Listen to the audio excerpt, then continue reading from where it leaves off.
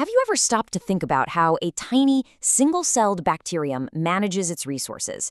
I mean, it operates with the kind of precision you'd expect from a massive, fully automated factory. It does not waste a single drop of energy making stuff it doesn't need.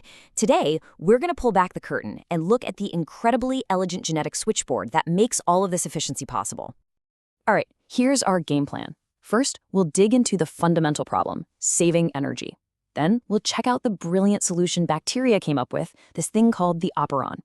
We'll use the most famous example, the Lac Operon, to see how it works, then throw in a little twist with glucose. After that, we'll see how scientists actually figured all this out, and finally, we'll connect this one tiny switch to the grand logic of life itself.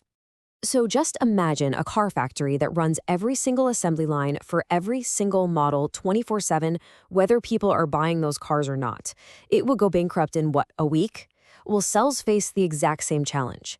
Energy is their currency, and wasting it is basically a death sentence. They have to be super smart about which genes, which production lines, are running at any given moment. To deal with this, cells really have two main plays. First, you've got your housekeeping genes. We call them constitutive. They're always on no matter what, because they're absolutely essential for just staying alive.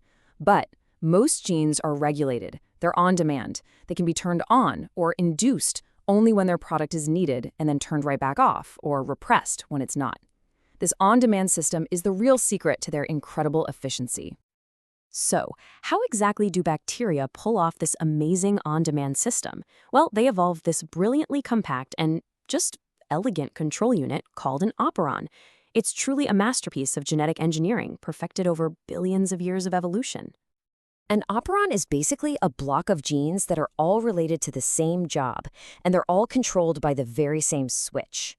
This means that all the parts for a specific task get made at the exact same time, all perfectly coordinated. It's like a well-rehearsed surgical team, ready to go. Okay, let's break down this control panel. First, you've got the promoter. Think of it as the start signal. It's the docking site for the enzyme that reads the genes, RNA polymerase. Then you have the structural genes. Those are the actual blueprints. But here's the really crucial part, the operator. This is the physical on-off switch. And the thing that actually flips that switch, that's a regulator protein. So to see this whole thing in action, we are going to look at the most famous operon of all time, the Lac Operon in E. coli. Its job is to control the genes needed to digest lactose, the sugar in milk. It is the perfect case study in genetic logic. So here's the key thing about the Lac Operon. Its default setting is off. It's what we call a negative inducible system. Now, that sounds a little technical, but it just means negative because something is actively holding it off, and inducible because you need a specific signal to come in and turn it on. It's basically designed for silence. So picture this. When there's no lactose around, the cell has zero reason to make lactose-digesting enzymes, right? So a repressor protein, which is just kind of hanging out in the cell, acts like a physical lock. It clamps right onto that operator switch, and by doing that, it physically blocks the RNA polymerase from moving down the line and reading the genes. The production line is totally shut down. But what happens when lactose suddenly shows up on the menu? Well, a little bit of it gets converted into a molecule called allolactose. And this molecule is the key. It fits perfectly into the repressor, the lock, and causes the repressor to change its shape and just fall off the operator. The roadblock is gone, and now RNA polymerase is free to zoom down the DNA, transcribing all the genes needed to break down that tasty lactose. Okay, that seems pretty straightforward, right? Lactose is there, system on. Lactose is gone, system off. But, life is never that simple. What happens if the bacterium has a choice? What if there's lactose around and its absolute favorite food, glucose? Well, the cell definitely has a favorite. Glucose is just way easier and more energy efficient to use. So it has this second layer of control called catabolite repression. And what that means is the presence of glucose actually puts the brakes on the systems for other, less preferred sugars. It's the cell's way of saying, look, I'm going to eat this delicious main course first, and I'll only think about dessert if I'm still hungry. So how does the cell even know if it's hungry for glucose? It uses a tiny signal molecule called CAMP. And the relationship is perfectly inverse. When glucose is everywhere, CAMP levels are super low. But the second glucose starts running out, the cell gets flooded with CAMP. This is the big alert signal that says, hey, time to start looking for other food sources. And this CAMP signal gets put to brilliant use. It grabs onto an activator protein called CAP, and together, this CAP-CAMP complex acts like an accelerator pedal for the Lac Operon. It binds to the DNA right near the promoter and basically makes it incredibly attractive to RNA polymerase, supercharging transcription by up to 50 times. This whole setup makes sure the lactose machinery only runs at full blast when glucose is gone, and it's really needed. So when you put it all together, you get this beautiful logic table. You can see the 4 possible outcomes, all based on whether the repressor lock is on and whether the activator accelerator is pressed. And look, the system only fires at maximum capacity in one very specific situation, when there's no glucose and lactose is available. It's a perfect 2-factor authentication system for food.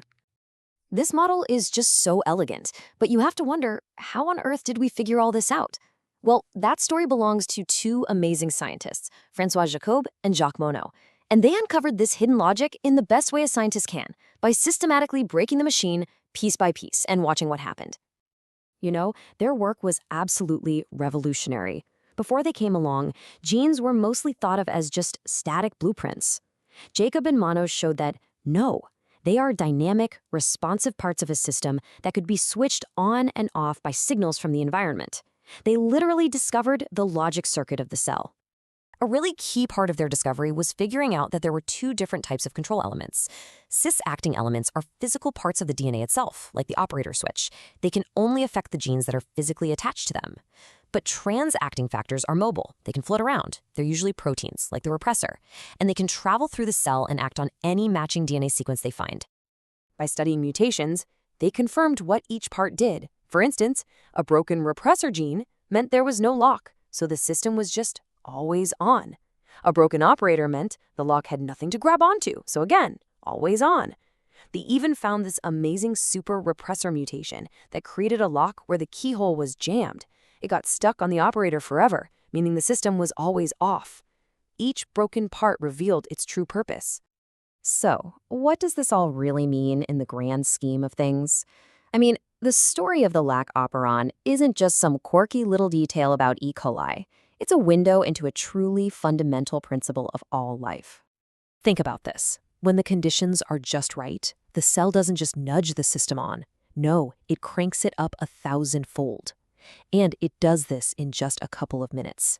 This isn't some sloppy, slow adjustment. It's an incredibly rapid, powerful, and precise response.